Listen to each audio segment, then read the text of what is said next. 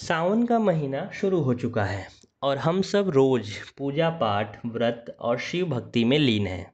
लेकिन क्या आपने कभी सोचा है कि अगर आपको किसी से सावन के रीति रिवाजों, पूजा के सामान या अपने व्रत के बारे में इंग्लिश में बात करनी हो तो आप जल चढ़ाएं, बेलपत्र या प्रसाद को इंग्लिश में क्या कहेंगे? अगर आप अक्सर इन शब्दों के लिए रुक जाते हैं तो टेंशन छोड़ दीजिए। इंग्लिश की टेंशन खत्म, बोलने का कॉन्फिडेंस शुरू। वेलकम टू स्पीक औरा। आज के इस स्पेशल सावन मास्टर क्लास में हम सीखने वाले हैं 25 ऐसे खास और पवित्र इंग्लिश वर्ड्स जिन्हें सीखकर आप सावन की पूजा और भक्ति को बहुत ही फ्लुएंट इंग्लिश में एक्सप्रेस कर पाएंगे। हर वर्ड का सही प्रोनाउंसिएशन और प्रैक्टिकल सेंटेंस भी देखेंगे। चलिए शुरुआत करते हैं हमारी पूजा की थाली और मंदिर के सामान से। नंबर 1, अगरबत्ती को इंग्लिश में कहते हैं incense sticks. For example, light incense sticks to purify the room. कमरे को शुद्ध करने के लिए अगरबत्ती जलाएं। नंबर 2, तांबे या पीतल के दिए को कहते हैं ब्रास लैम्प और नॉर्मल दिए को oil lamp. For example, light a brass lamp in front of the god. Number 3, देसी घी को इंग्लिश में क्लैरिफाइड बटर कहा जाता है। For example, a lamp filled with clarified butter was lit. देसी घी से भरा दिया जलाया गया। नंबर 4, आरती के समय हम जो कपूर जलाते हैं उसे कहते हैं camphor. For example, we burn camphor during the evening aarti. हर शाम की आरती में कपूर जलाते हैं। नंबर 5, शिव जी को चढ़ाया जाने वाला बेलपत्र कहलाता है bel leaves. For example, devotees offer bel leaves to the Shivling. भक्त शिवलिंग पर बेलपत्र चढ़ाते हैं। नंबर 6, चंदन के लेप को इंग्लिश में सैंडलवुड पेस्ट कहते हैं। For example, apply sandalwood paste on the Shivling. शिवलिंग पर चंदन का लेप लगाएं। नंबर 7, हाथ में बांधा जाने वाला कलावा या जनेऊ कहलाता है sacred thread.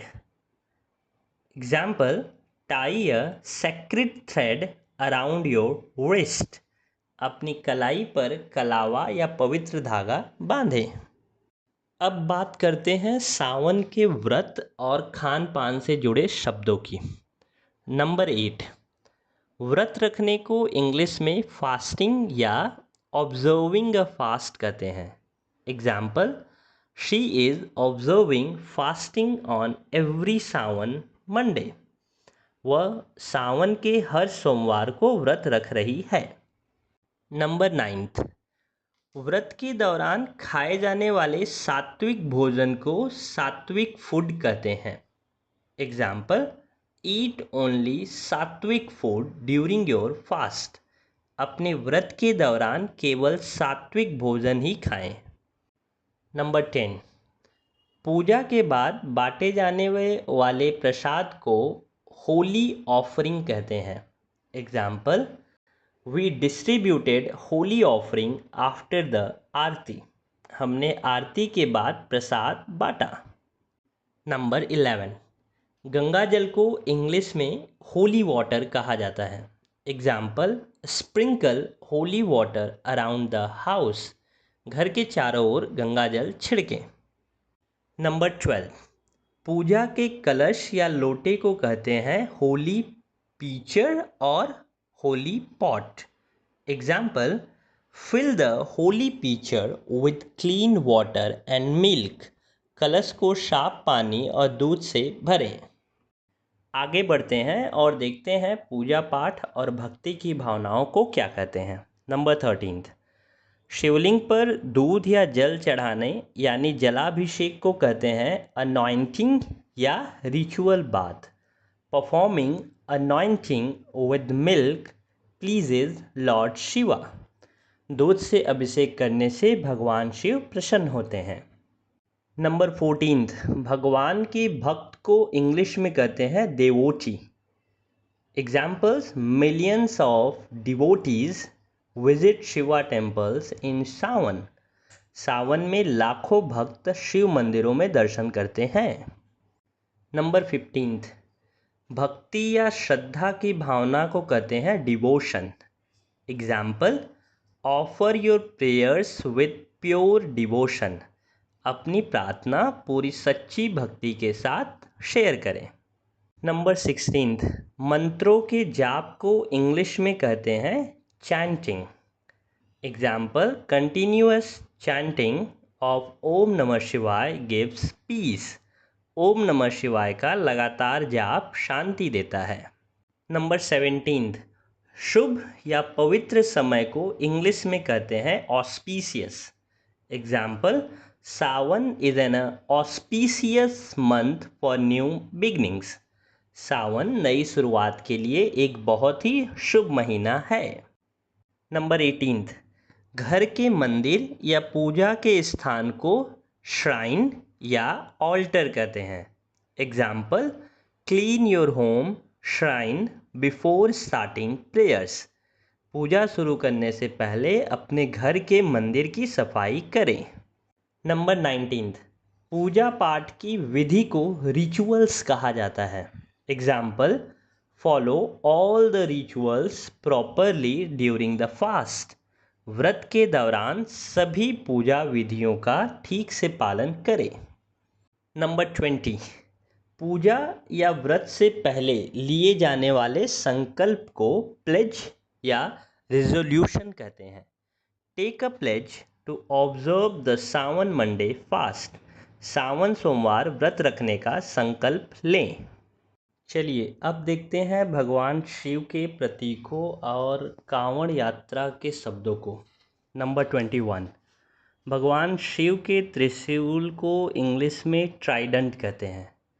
Example, the Trident symbolise power and protection. त्रिशूल शक्ति और सुरक्षा का प्रतीक है। नंबर 22, डमरू को इंग्लिश में कहते हैं rattle drum. Example, lord Shiva holds a rattle drum in his hand. भगवान शिव अपने हाथ में डमरू धारण करते हैं। नंबर 23, भस्म या विभूति को इंग्लिश में सैक्रिड एसेज कहा जाता है। Example, apply sacred ashes on the forehead. माथे पर भस्म लगाएं। नंबर 24, कांवड़ यात्रा या धार्मिक यात्रा को कहते हैं स्पिरिचुअल पिलग्रिमेज।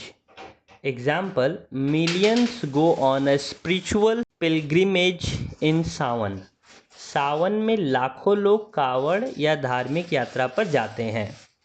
नंबर 25, सावन के दौरान जो चारों तरफ भक्तिमय माहौल होता है उसे कहते हैं festive atmosphere. Example, the city has a beautiful festive atmosphere during Sawan. सावन के दौरान शहर में बहुत सुंदर भक्तिमय माहौल रहता है।